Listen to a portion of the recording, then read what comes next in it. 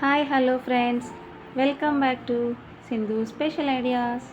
అందరూ ఎలా ఉన్నారు ఫ్రెండ్స్? నేనైతే చాలా బాగున్నాను. ఈ వీడియో ఏంటంటే, ఈ సండే సంక్రాంతి ముందు రోజు మేము ఇలా ప్రిపేర్ చేసుకున్నామండి. రాగి సంగటి, నాటుకోడి. సూపర్ కాంబినేషన్ కదా. నేనైతే నా స్టైల్లో ఎలా ప్రిపేర్ చేశానో నాటుకోడి పులుసు అండి, ఎలా ప్రిపేర్ చేశానో మీరు కూడా చూసేయండి. ఎంతో రుచికరంగా ఉంటుందండి, చాలా టేస్టీ అన్నమాట.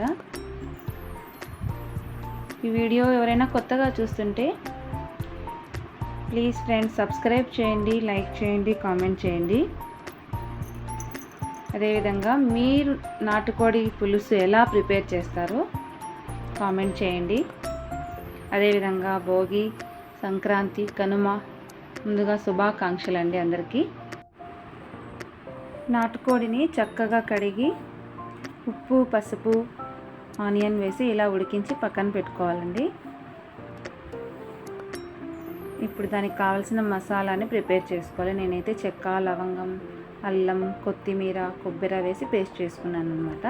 నాటుకోడిలో మనకి ఇలా చిన్న చిన్న ఎగ్స్ కూడా ఉంటాయండి, వాటిని పక్కన పెట్టేసుకోవాలి.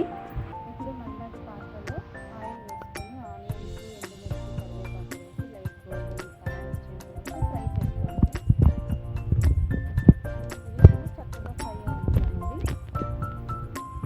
ఇవి కొంచెం గోల్డెన్ కలర్ వచ్చిన తర్వాత మనం ప్రిపేర్ చేసుకున్న మసాలా పేస్ట్ని ఇందులో వేసేయాలి. ఈ మసాలాని ఆయిల్లో బాగా ఫ్రై అవ్వనివ్వాలి. ఇందులోనే ఉంచుకొని లో టు మీడియం ఫ్లేమ్ ఉంచుకొని చక్కగా ఫ్రై చేసుకోవాలి. ఇది కాస్త ఫ్రై అయిన తర్వాత ఇప్పుడు సరిపడా కారం, ధనియా పొడి, అదేవిధంగా చికెన్ మసాలా మీకు ఇంట్రెస్ట్ ఉంటే వేసుకోండి, లేకుంటే స్కిప్ చేయండి. నేనైతే వేస్తున్నాను. వీటన్నిటిని కలిసేంత వరకు చక్కగా మిక్స్ చేసుకోవాలండి. ఆయిల్లో ఇది కూడా పచ్చి వాసన పోయేంత వరకు ఫ్రై చేసుకోవాలి ఫ్రెండ్స్. చక్కగా కలుపుతూ ఫ్రై చేసుకున్నాం. లైట్గా మంట పెట్టుకొని ఫ్రై అయిన తర్వాత ఇప్పుడు కాస్త పెరుగు వేస్తున్నాను. నాకు ఎందుకో చికెన్లో పెరుగు వేయాలంటే చాలా ఇష్టం. మీకు ఇష్టం ఉంటే వేసుకోండి, లేకుంటే స్కిప్ చేసుకోండి. నాకైతే చాలా ఇష్టం ఫ్రెండ్స్. ఇది కూడా చక్కగా ఫ్రై అవ్వనివ్వాలండి. ఇప్పుడే వాటర్ వేయద్దు, ఈ పెరుగుతోనే కొంచెం ఈ మసాలా అనేది మగ్గుతుందన్నమాట. ఇప్పుడు ఒక 2 పెద్ద టమాటాలని కట్ చేసి పెట్టుకున్నాం ఫ్రెండ్స్. ఇది చక్కగా మగ్గిన తర్వాత చూడండి, ఇప్పుడు ఈ టమాటా ముక్కల్ని వేసేసుకోవాలి. వీటిని కూడా మసాలాలోనే మగ్గించుకోవాలండి చక్కగా. టమాటాల్లో ఉండే వాటర్తోనే ఈ మసాలా అనేది కుక్ అయిపోతుంది బాగా. చూడండి, ఇప్పుడు మనం ఉడికించి పక్కన పెట్టుకున్నాం కదా నాటుకోడి ముక్కల్ని వేసేద్దామండి మసాలాలో.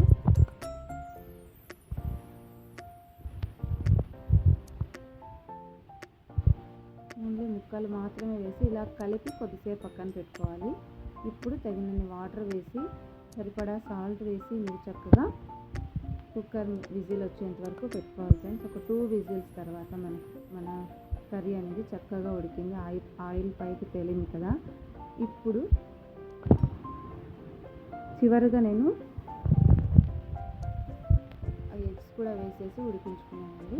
ఇప్పుడు మనం రాగి సంగట్లోకి తీసుకుంటే ఎంతో రుచికరమైన నాటుకోడి పులుసు రెడీ అవుతుంది. మీకు కూడా ఈ వీడియో నచ్చినట్లయితే లైక్ చేయండి ఫ్రెండ్స్, సబ్స్క్రైబ్ చేయండి, సపోర్ట్ చేయండి. Thanks for watching.